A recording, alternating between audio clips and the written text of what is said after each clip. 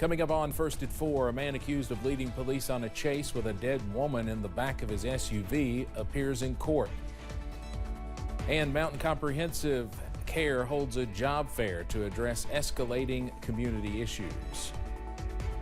And Mother Nature keeping it cool and quiet as we head into the weekend with things staying seasonable. Very latest coming up as Mountain News First at 4 starts now. Dedicated to Eastern and Southern Kentucky, this is WYMT Mountain News First at 4.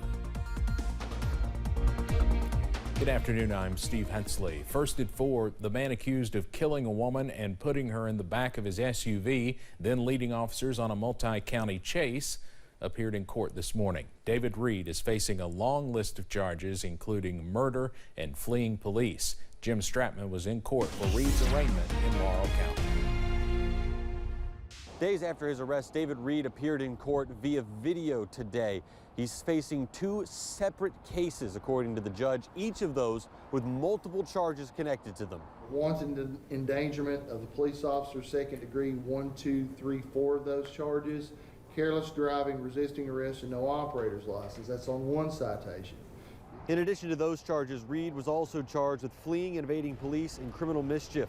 On the second citation, he's charged with murder, abuse of a corpse, and tampering with physical evidence.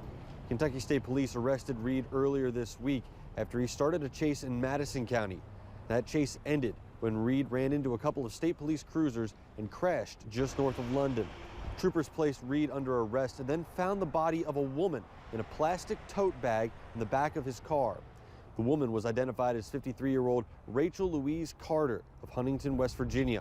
An autopsy said that Carter had wounds on her face that looked to come from an edged weapon, and red stains were found on Reed's pants, which investigators believed were blood. Reed was arrested and taken to the Laurel County Detention Center prior to today's hearing. The NCIC record is, 24 pages? 5 different states, multi-agency, and some Kentucky history on top of it. The court finds you to be a danger. Reed is due back in court next Tuesday at 11 a.m. for a preliminary hearing. The judge set his bond at $1 million. However, he did say during today's arraignment that if he could refuse bond, he would. Reporting in Laurel County, Jim Stratman, WKYT. Well, we are much chillier than we were this time yesterday, by about 20 degrees or so. We'll continue to see the cold air push through the region as we head through tonight. Somerset sitting at 39 chilly degrees right now. Looks all quiet, at least for the most part, as we look through downtown at the moment. Many of us are holding pat in the middle and upper 30s. Few low 40s out there. Middlesboro, Jacksboro, middle and upper 40s, but most of us staying in the 30s. You see where we've seen that sunshine across the far southern parts of the viewing area today. Everybody else has been caught under this thick layer of cloud cover as what's left of that big system continues to work its way through the East Coast. For us, I think we're quiet tonight. Partly cloudy skies. Those winds will be calming down as well, with lows in the upper 20s. Details on when we bring a little bit of sunshine back to the picture in a few minutes. Steve? Evan, thank you. Mountain Comprehensive Care held a job fair today at their Hazard Intensive Outpatient office. They hope adding staff can address community issues that they say have escalated in recent years. Foster care coordinator Vanessa Lester says they need more help and space as more kids need new homes. Whenever I look at the referrals online, those referrals go out to every single agency in Kentucky. And I'm getting probably close to 20 a day is average. Lester says some children are having to stay in social workers' offices because they do not have a safe place to live. We'll have more about this tonight at 6. Well, it seems like Christmas just happened, but Valentine's Day is now right around the corner, which means many people are looking for the perfect gift. From flowers to sweets, small businesses have you covered this season, and the businesses in Pikeville are no different.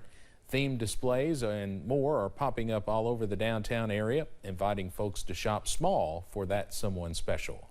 If you're looking for something truly special this year for your loved ones, skip the big box stores and shop local. That's where you're going to find unique items that are probably handmade or locally sourced. Many of the downtown stores are already covered in red and pink, hoping you will spend a little green this Valentine's Day. Kentucky Agriculture Commissioner Ryan Quarles made his first appearance in Bowling Green after a scheduled appearance with the Republican Women's Club of South Central Kentucky was canceled. His campaign stop with the Republican Women's Club was originally held at the Bowling Green Country Club, but was canceled once they found out that the fellow keynote speaker would be Jonathan Mattingly, one of the police officers involved in the death of Breonna Taylor. Quarles says he is hoping to reconnect with the organization along the campaign trail. We look forward to speaking with the Republican women's groups like we do almost every week across Kentucky. And as one of 12 gubernatorial candidates, I feel like our campaign, like others, deserve the same sort of atmosphere. So we're going to come back. I'm really gracious to the Republican women of South Central Kentucky and look forward to continuing our campaign. While Quarles says he's looking forward to his next meeting with the Republican Women's Club of South Central Kentucky, he did not make a comment regarding the cancellation. Sunday marks the 50th anniversary of the landmark Roe v. Wade U.S. Supreme Court decision that made abortion rights the law of the land. That ruling stood for 49 years until the Supreme Court overturned the ruling last summer. Anti-abortion activists are taking to the streets for the annual March for Life in Washington, D.C. today, the first march since Roe was overturned. CBS's Willie James Inman is outside the Supreme Court with more. The annual March for Life is taking place for the first time since the U.S. Supreme Court overturned Roe v. Wade. Protesters on both sides say the fight over rights is not over. It's just simply switched from the courts to Congress and state legislatures. Marchers are adding a stop this year, walking by the U.S. Capitol, where their abortion rights debate is ongoing. The only way to restore the protections of Roe is for Congress to pass a national law codifying the right to choose. But with Congress divided, the most notable fights are taking place in the states. 22 states have already enacted full or partial abortion bans, although some of those have been struck down in the courts. On the other hand, 21 states have enshrined abortion rights into law. Willie James Inman, CBS News, Washington. Vice President Kamala Harris will commemorate the 50th anniversary of Roe v. Wade with a speech in Florida Sunday. The gunman in a shooting at an Indiana Walmart is dead after being shot by police last night. It happened just before 10 p.m. in Evansville after police responded to an active shooting call. Police say the suspect fired multiple rounds at them and officers fired back, killing the suspect. At least one other person was injured and taken to a local hospital. That person's condition is unknown at this time. The suspect has not been identified, and right now the motive for the shooting is still unclear. No officers were injured during the incident. 3 active duty Marines have been arrested for breaching the U.S. Capitol on January 6, 2021. The trio reportedly went into the Capitol Rotunda with a mob of Trump supporters, placed a red MAGA hat on one of the statues, and took a photo with it. Corporal Micah Coomer and Sergeants Joshua Abate and Dodge Hale Hellinan are facing charges that include disorderly conduct in a Capitol building. According to a federal affidavit, FBI agents first became aware of Comer because he posted pictures of himself inside the Capitol on Instagram, and he allegedly wrote that he was waiting for a second civil war. Coming up on First at 4, President Biden makes a statement on the discovery of classified documents in his Delaware home and office of his former think tank.